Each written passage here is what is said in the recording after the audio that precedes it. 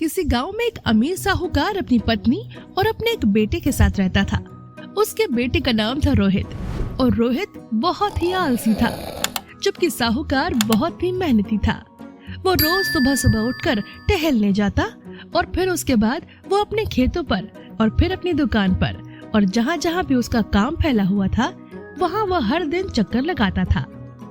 साहूकार अपने बेटे के आलसीपन से बहुत परेशान था। अरे रोहित बेटे, उठ जाओ, सुबह हो गई है, चलो मेरे साथ, मैं तुम्हें अपना काम सिखाता हूँ। पिताजी अभी मुझे सोने दीजिए, बहुत नींद आ रही है। साहूकार परेशान होकर अकेला ही खेतों में चला गया। कुछ समय बाद साहूकार की तबीयत बहुत ही खराब रहने लगी और कुछ ही दिनों में वो मर गया। साहूकार के मरने के बाद भी आलसी रोहित ने कारोबार पर ध्यान नहीं दिया। कुछ महीने तो आराम से बीत गए, मगर जैसे जैसे और दिन बीते उन्हें कारोबार में बहुत ही नुकसान होने लगा और अब नुकसान इतना हो गया कि कर्ज तक लेने की नौबत आ गई। ये देखकर रोहित की माँ ने रोहित से कहा, बेटा हमें कारोबार में बहुत ही नुकसान हो रहा है। तो माँ, इसमें मैं क्या कर सकता हूँ? मुझे कारोबार की समझ कहाँ है। मैं तो पिताजी के साथ कभी काम तक देखने नहीं गया, भला इसमें मैं क्या कर सकता हूँ? ठीक है, तो तुम एक काम करो, अपने मामा के पास जाओ, उन्हें इस काम की बहुत समझ है। तुम उनसे जाकर मिलो, उनके पास इसका जरूर कोई समाधान होगा। ठीक है माँ, मैं कल चला जाऊंगा। अगली सुबह रोहित अपने मामा के घर की तरफ निकल पड़ा। नमस्ते मामा जी। अरे रोहित बेटा, आओ आओ। मामा जी, पिताजी के गुजरने के बाद हमें कारोबार में बहुत ही नुकसान हो रहा है और माँ ने बताया कि आपको कारोबार की बहुत समझ है, इसलिए आप ही हमारी मदद कर सकते हैं। अब बेटा, मेरे पास तुम्हारी परेशानी का एक हल है, अब पता नहीं तुम वह कर पाओगे या नहीं। बतलाइए तो सही मामा जी, मैं सब कुछ करने को तैयार हूँ।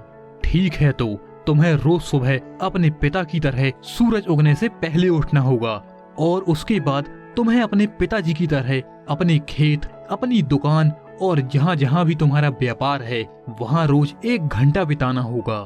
ठीक है मामा जी, आप जैसा कहते हैं मैं वैसा ही करूँगा। अगले दिन से रोहित रोज सुबह सूरज उगने से पहले उठने लगा। रोहित सबसे पहले टहलने जाता और उसके बाद वे वहाँ जाता जहाँ जहाँ उसका कारोबार फैला हुआ था। वह अपने खेतों में, अपनी दुकान पर रोज 1 घंटा बैठने लगा। बहुत दिनों तक ऐसा ही चलता रहा। उसे रोज रोज काम पे आता देख मजदूर आपस में बात करने लगे। लगता है हमें रोज रोज की यह घोटालेबाजी अब बंद करनी पड़ेगी। सभी मजदूरों ने ये देखा कि रोहित रोज रोज अपने खेतों और दुकानों के चक्कर लगाने लगा है और पकड़े जाने के डर से मजदूरों ने घोटाले करने छोड़ दिए।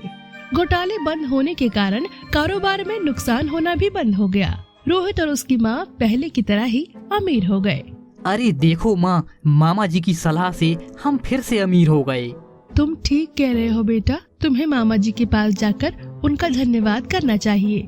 राजू को अपनी माँ की बात ठीक लगी और वो अपने मामा जी से मिलने गया। मामा जी, आपका बहुत बहुत शुक्रिया, आपने तो चमत्कार कर दिया। आपकी वजह से हमारा कारोबार फिर से चल पड़ा। मैंने कुछ नहीं किया बेटा, जो किया है तुमने ही किया है। वो कैसे? यह सिर्फ तुम्हारे आलस की वजह से हो रहा था। आलस की वजह से तुम अपने कारोबार पर ध्यान नहीं दे रहे थे, जिसकी वजह से मजदूर कारोबार में घोटाला कर रहे थे। तुम रोज काम पर जाने लगे हो ना, इसलिए मजदूरों ने काम में घोटाला करना भी बंद कर दिया है और तुम्हारा काम चल पड़ा। रोहित को अपनी गलती का एहसास हो गया और उसने आलस्य करना पूरी तरह से छोड़ दिया और अब वो अपने पिता की तरह मन लगाकर काम करने लगा। तो दोस्तों, कैसी लगी आपको हमारी ये कहानी?